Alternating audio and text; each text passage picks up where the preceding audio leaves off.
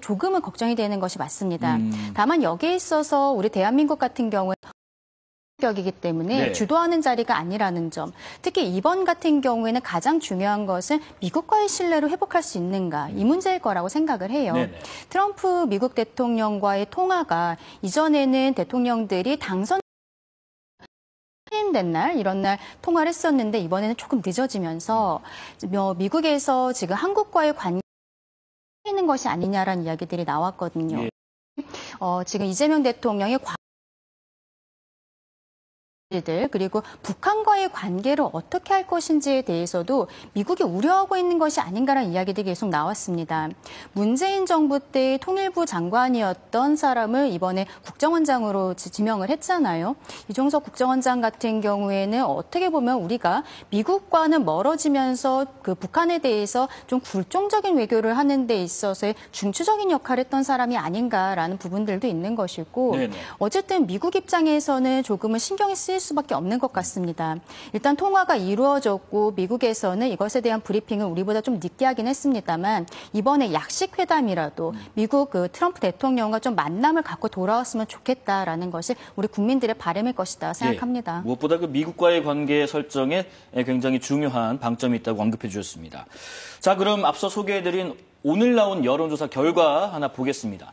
이재명 대통령의 국정 운영을 어떻게 평가하느냐 하는 질문에 58.6%가 잘한다, 34.2%가 잘 못한다고 응답했습니다. 역대 대통령의 첫 국정 수행 지지도와 비교해보면 이 대통령의 지지도는 52.1%와 54.8%였던 윤석열, 박근혜 전 대통령보다는 높고 81.6%의 문재인, 76%의 이명박 전 대통령보다는 낮은 수치입니다. 관련해서 하나 더 보겠습니다. 국정 수행 전망에 대해서 잘할 것이라는 대답이 전주보다 1.2%포인트 정도 상승했고요. 잘하지 못할 것이라는 대답은 0.6%포인트 감소했습니다. 자, 이번 조사는 에너지경제신문 의뢰로 리얼미터가 6월 9일부터 13일까지 조사했고요. 전국에 거주하는 만 18세 이상 남녀 2,507명을 대상으로 무선 ARS 100% 방식입니다. 표본 오차는 95% 신뢰 수준의 플러스 마이너스 2.0%포인트입니다. 일단 야당 입장에서 볼 때 잘할 것이란 대답이 1.2%포인트 상승한 요인, 이건 어디에 있다고 보시는지요? 최근에 이재명 대통령의 행보를 보면은 저희 야당에서 보아도 그래도 칭찬해주고 싶은 모습들이 있습니다. 특히 취임 선서를 하고 바로 그 청소 노동자라든지 이런 분들을 만나셨던 것은 뭐 일각에서는 쇼잉 아니냐라고 이야기하셨지만 그래도 저는 너무 좋은 모습이었다고 생각하고 바로 야당 대표들과의 오찬 자리를 가졌던 부분들 이런 것들도 협치의 복원에 대해서 국민들께서 희망을 가지실 수 있는 이런 포인트가 아니었나라고 생각을 합니다. 최근에 한국거래소를 방문을 한다라든지 이것은 본인이 코스피 5천 시대를 열겠다라고 했었던 어떤 정책적인 모습들도 보여드리기 위한 것이었다고 생각을 하고 그리고 그 북한에 대해서도 우리가 먼저 대북 확성기를 중단한 것에 대해서 많은 분들께서 우려를 하신 부분들이 있었어요. 근데 다행히 북한에서도 대남 확성기를 중단한 부분들 그리고 그 이후에 바로 다음 날 군부대를 방문하는 이런 모습들이 있었거든요. 어떻게 보면은 보수 유권자층이 불안해하고 있는 부분들에 대해서 짚어준 행보가 아니었나라고 생각을 합니다. 그럼에도 불구하고 이 취임 초기에 있어서는 저는 비교해야 되는 거는 문재인 전 대통령이라고 생각을 해요. 둘 다 탄핵으로 인해서 새롭게 정권에 인수위 없이 들어왔던 대통령이신데 문재인 전 대통령은 81.6%라는 정말 압도적인 지지율을 갖고 있었는데 지금 이재명 대통령 같은 경우에는 한 58% 정도로 나온 것은 아직도 우리가 대선에서 반반 정도를 러프하게 볼 수 있었던 부분들 많은 분들께서 이재명 대통령이 가지고 있었던 반감이라든지 불안감 이런 것들이 완전히 해소된 것은 아닌 것 같다라고 생각합니다. 그러면 이런 것들은 저는 이번에 G7 오늘 이제 가시잖아요. 거기에서 앞서 말씀드린 것처럼 미국과의 신뢰를 좀 회복해 오시는 부분들이 있고 그리고 나토에도 저는 가셔야 된다라고 생각을 하는데 나토에도 갔다 오시고 그리고 지금 문제가 되고 있는 인선들에 대해서 조금 조금 더 정리를 한다면 지지율도 더 올라갈 수 있지 않을까라고도 생각해 봅니다. 네, 장현주 변호사님의 의견도 들어보겠습니다. 사실 저는 뭐 단순히 수치만 가지고 비교할 수는 없다고 생각해요. 그러니까 뭐 문재인 전 대통령 때는 81점, 그러니까 80%가 넘었었다라는 부분을 비교하면 그때보다도 다소 낮지 않느냐라고 이야기할 수 있는 부분은 있겠지만 그때와 지금의 정치적인 진영 상황이 좀 다르다는 생각 들거든요. 아무래도 지난 6개월 동안 그 불법 개헌과 내란 사태를 거치면서 사실 국론이 분열되는 것 아니냐라는 얘기까지 나왔었습니다. 지금 상황이 진영 간의 갈등이 매우 고착화된 상황이다라는 점을 고려한다라고 한다면 지금 이재명 대통령에 대해서 지지율이 58.6%가 나오는 부분은 저는 그래도 굉장히 긍정적이다라고 평가를 하는데요. 예. 아시다시피 이재명 대통령이 당선됐을 때 득표율이 49.42%였거든요. 그때보다도 지금 긍정적인 마음을 보여주시는 국민들이 더 늘어나고 있다라는 것, 그리고 이제 전망을 더 긍정적으로 하고 있고, 그리고 이재명 정권에 대해서 기대감을 갖고 계시는 국민들이 더 많아지고 있다라는 점에 대해서는 분명히 저는 긍정적인 부분이 있다라는 생각이 들고 이런 부분, 이런 민심도 잘 받아서 대통령실이 더 많은 노력을 해야 된다고 생각합니다. 뭐 누구를 좋고 싫고 이런 것보다도 국정이 좀 안정적으로 잘 갔으면 하는 바람도 담겨 있는 것 같다는 말씀 주신 것 같아요. 인사 관련한 부분도 들여다보겠습니다. 김민석 국무총리 후보자에 대한 야당의 공세가 이어지고 있습니다. 이 여당은 무작정 범죄자로 낙인하지 말라 경고했습니다. 인사청문회 시작 전부터 무작정 범죄자로 낙인 찍고 묻지마 정치 공세도 모자라서 아예 거치 표명까지 요구하고 나섰습니다. 이쯤 되면 인사검증이 아니라 이재명 정부를 시작부터 발목 잡겠다는 의도의 정치 공작으로 볼 수밖에 없습니다. 정치자금 의혹과 관련해서 특정인에게 채무 관계가 있고 또 그러한 것들이 있는 것에 대해서 많은 시민들께서 놀랐다라는 말씀 좀 주셨습니다. 지금이라도 김민석 후보자에 대한 지명을 철회하는 것이 이재명 정부의 국정 철학에 맞지 않나 개인적으로 생각이 듭니다. 김민석 후보자 자신을 둘러싼 의혹 중에서 첫 번째는 채무와 관련된 내용입니다. 과거 정치자금법 위반 혐의로 대법원 유죄 확정 판결을 받았던 김 후보자는 SNS를 통해서 정치검찰의 표적 사정이었다라고 반박을 했습니다. 이에 대해서 국민의힘 주진우 의원은 허위 차용증 의혹까지 제기했습니다. 2007년 불법 정치자금을 준 사람이 2018년에는 다른 사람 명의로 돈을 빌려줬다는 주장입니다. 김민석 후보자의 오늘 답변 듣고 계속 이야기 이어가겠습니다. 허위 차용증을 쓰고 자금을 지원받았다는 의혹이 제기됐는데요. 허위 차용증이라는 그런 허위나 확인되지 않은 용어를 쓰는 것을 주의하시는 것이 좋을 것 같습니다.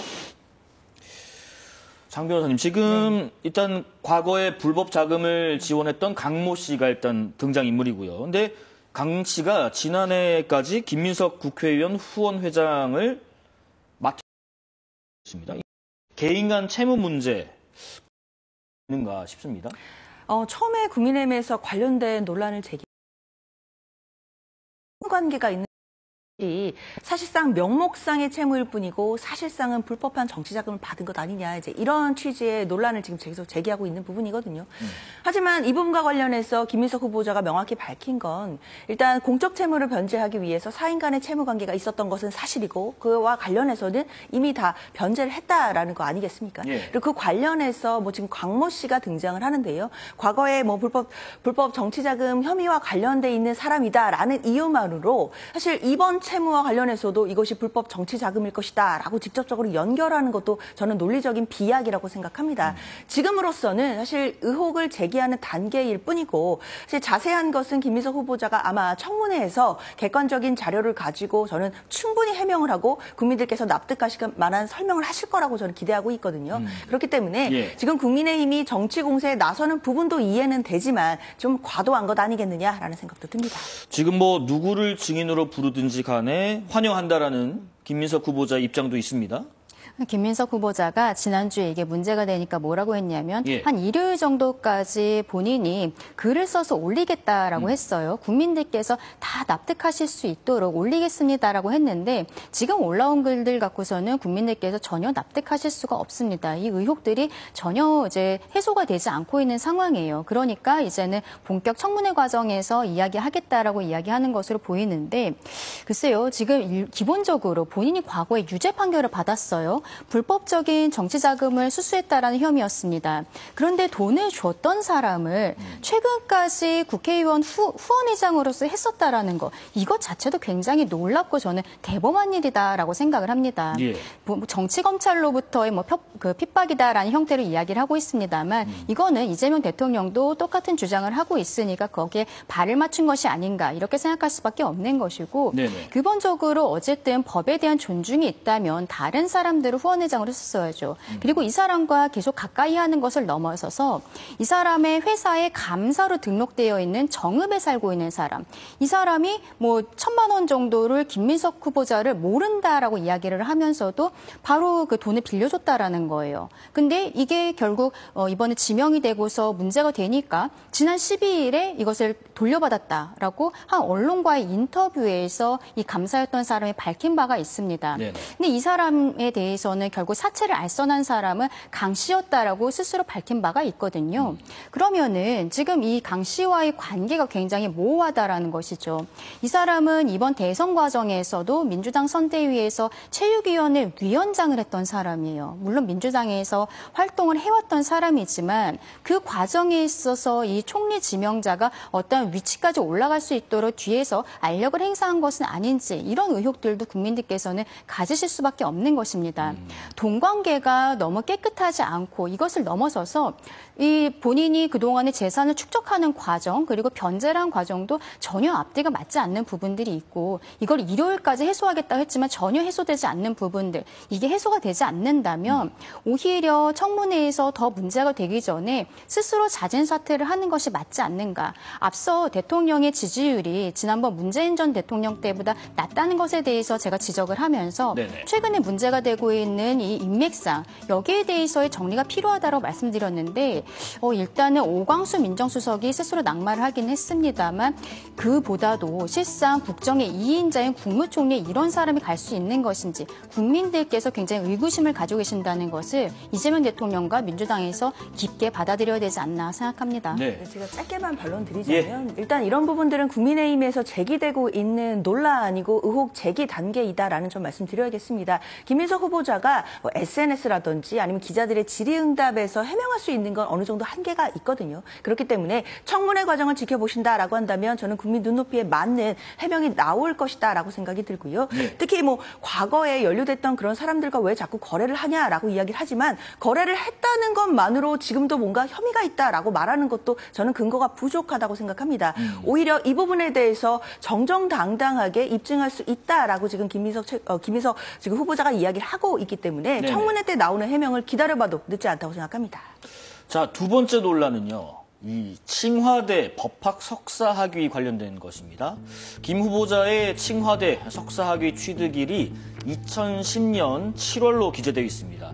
근데 이 기간이 김 후보자가 민주당 최고위원으로 활동하면서 부산시장 출마 선언을 하는 등 국내 정치 활동을 하던 시기와 겹치는 부분이 있는데 강진우 변호사님, 지금 해당 의혹에 대해서도 김민석 후보자는 모든 증빙을 할 수 있는 입장이다라고 하고 있습니다. 일단 말은 그렇게 하는 거예요. 앞서의 금전 채무 관계에 있어서도 본인이 일요일까지 다 해소하겠다고 했더니 이전에 이제 국민들께서 해소가 안 되니까 본격 청문회 과정에서 말씀드리겠다라는 형태로 이야기를 하는 것이고 칭화대 문제도 마찬가지입니다. 이 학교 같은 경우는 실제로 출석을 해야 학위가 나오는 것으로 알려지고 있는데 그런데 이때 한국 내에서 정치활동을 열심히 하시던 시절이었단 말이죠. 그런데 본인은 여기에 대해서 증빙이 다 있다라고 이렇게 한마디 하면 되는 것인지 되는지 의문이 있는 거예요. 국민들께서 보시기에는 적어도 출입국 관리했던 뭐 서류라든지 그리고 학교에 가서 공부를 했던 자료라든지 이런 것들이라도 일부 보여주면서 국민들을 설득해야 되는 것이 아닌가라고 생각하는데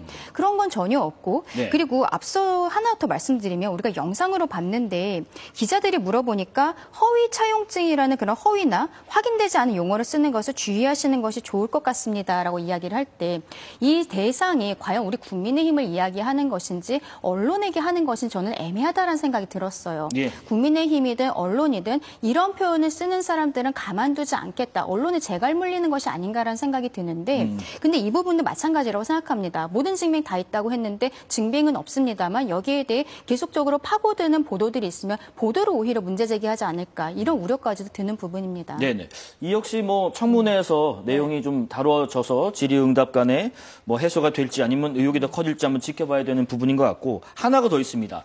김민석 후보자 아들과 관련된 의혹인데 고등학교 재학 시절에 작성한 법안을 실제 국회에서 발의하고 김 후보자의 아들이 이를 미국 코넬대 입학 과정에 활용했다라는 이른바 아빠 찬스 의혹인데 홍콩대 연구 인턴 과정에서도 특혜를 받았다는 의혹도 지금 뭐 나오는 상황에서 김민석 후보자는 해당 입법 활동을 대학 원서에 쓴 적이 없다. 그리고 인턴십도 자기 노력으로 했다라고 반박을 하고 있죠. 네.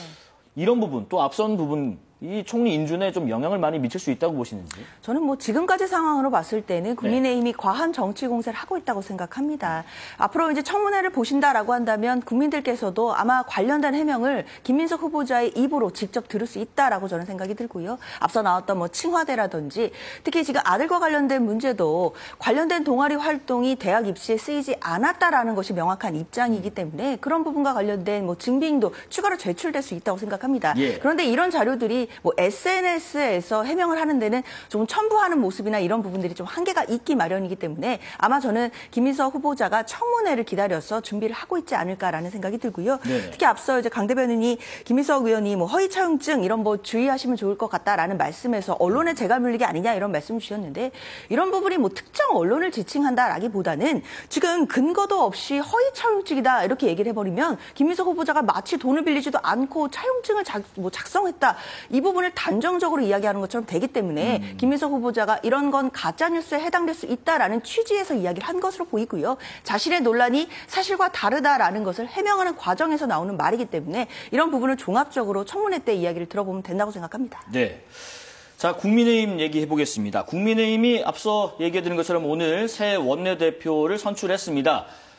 부산의 4선 이현승 의원, 또 경기 3선 김상원 의원, 경북 3선 송원석 의원의 3파전이었는데 영남권 표심 분산이라는 막판 변수로 결과 예측이 쉽지 않지 않겠느냐 하는 예상과 달리 1차 투표에서 과반 득표를 확보함으로써 결선 투표 없이 송원석 의원이 승리를 확정했습니다. 송원석 의원은 총 투표수 106표 가운데 60표를 얻어서 김성원 의원과 이현승 의원을 제치고 당선이 됐거든요. 강진우 변호사님, 지금 사실 송원석 의원에 대해서는 개파색이 비교적 좀 였지만 그래도 TK 지역구 의원이다 보니까 그래도 옛 친윤계 또 구주류와 좀 가깝지 않겠느냐라는 해석도 있었고 또 하나가 과거에 그 헌법재판소 앞에서 탄핵 전국 때 탄핵 심판 기각 각하를 요구하는 그 의원들 안에 릴레이 시위에서도 참여를 한 인물이다 보니까 친윤대, 친한 경쟁 구도가 아니겠느냐 했는데 차기 당권 구도까지 한번 예상을 해보겠습니다.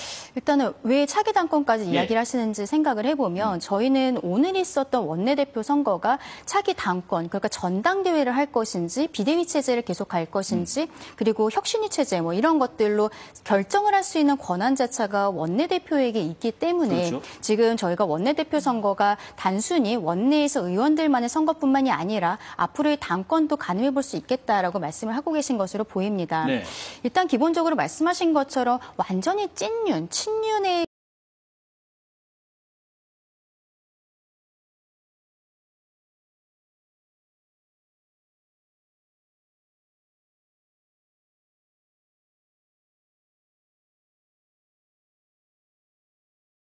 때 개파라든지 이런 거 없다. 통합을 하겠다라고 이야기하셨습니다만 우리 국민들께서 보셨을 때는 일단 김성원 의원 같은 경우에는 친한계로 그리고 송원석 의원 같은 경우에는 친윤계로 좀 가까워 보이는 이미지는 분명히 있었던 것이 사실이거든요. 네네. 그래서 이런 형태가 되지 않았나 생각을 하고 이현승 의원은 오늘 그 처음에 투표하기 전에 본인이 2번 후보다라고 이야기를 하시면서 1번과 3번의 사이에 껴있다라고 이야기를 하셨어요. 바로 그 부분이 본인의 포지셔닝이었다라고 생각을 합니다. 네. 근데 결과적으로는 김성원 의원이 30표, 이현승 의원 16표, 송원석 의원이 1차에서 과반을 넘겼어요. 60표. 총 106분이 이제 투표를 하셨는데 압도적인 수치로서 결정이 나왔다라는 것은 저희 당에서 어쨌든 지금 분열되어 보이는 모습들을 똘똘 뭉쳐서 하나로 정리를 해야 된다는 것. 여기에 대해서 많은 분들께서 공감을 하지 않으셨나 생각을 하고 네. 그리고 송원석 의원 같은 경우에도 전당대회를 빠르게 치러야 된다라는 것에 대해서 이미 입장을 밝힌 바가 있습니다. 네. 김용태 비대위원장이 제시하고 있는 혁신안 이런 쇄신에 대해서도 충분히 공감하겠다라고 이야기를 하고 있어요. 다만 혁신위원회를 구성하는 것을 제안한다는 이야기를 하셨거든요. 예. 그러면은 이것이 약간 좀 앞뒤가 안 맞는 것이 아닌가라는 생각도 들 수 있습니다. 그렇죠. 혁신위 따로, 전당대회 따로 예. 그렇게 가는 건가요? 만약에 조기 전당대회를 연다라고 생각을 하면은 기존에 하던 비대위를 뭐 말하자면 관리형 비대위로 해서 두세 달 안에 마무리하는 것으로 끝낸다라고 생각을 할 텐데 혁신위를 지금 새롭게 띄워버리면은 그러면은 빠르게 전당대회를 하겠다라고 말씀을 하셨지만 혁신이 마무리된 다음에 전당대회를 하겠다라는 것으로 볼 수 있고 예. 혁신이 언제쯤 마무리되는지는 알 수 없는 부분들이 있거든요. 그럼 새롭게 또 혁신위원장을 뭐 2달, 3달 할 분을 모셔오는 것도 쉬운 일은 아니지 않겠습니까? 네. 여기에 대해서는 결과적으로는 송원석 신임 원내대표께서 구체적인 플랜들을 이야기하시지 않을까라고 생각합니다만 어쨌든 지금으로서 저희 당 입장에서는 계속적으로 당의 지지율도 떨어져 가고 있는 모습들, 그 당원들께서 분열하고 있는 모습들이 있기 때문에 일단 하나 되는 모습을 국민들께 보여드리는 것이 우선이다라고 생각합니다. 예. 장윤재 대표님 어떻습니까? 지금 그 상대당 결과를 보셨는데 일단 106표 중에서 60표로 송원석 의원 TK에 지역구를 두고 있는 그런데 또 수도권에 있는 김성원 의원 같은 경우는 30표. 친한계가 뭐 15에서 한 20명 정도 저희가 대충 그렇게 보잖아요. 근데 한 10표 정도 더 간 것이고. 하지만 과반으로 1차 결선으로 없이 1차에서 그냥 끝났습니다. 이 결과 어떻게 생각하십니까? 일단 국민의힘 원내대표 선거 자체가 그 각 후보들 모두가 개파색은 그래도 상대적으로 였다라는 평가를 다 받으셨었어요. 예. 그렇지만 그럼에도 개파 대리전이 열리고 있다라는 그런 양상을 보인다라는 분석이 굉장히 컸거든요. 결국 뭐 앞서서도 강 대표님 말씀 주신 것처럼 뭐 친한계와 그리고 구주류계, 구친윤계가 결국에는 개파 대리전을 원내대표 선거에서 치르고 있는 것 아니냐라는 분석이 있었는데 네. 결국 이 개파 간의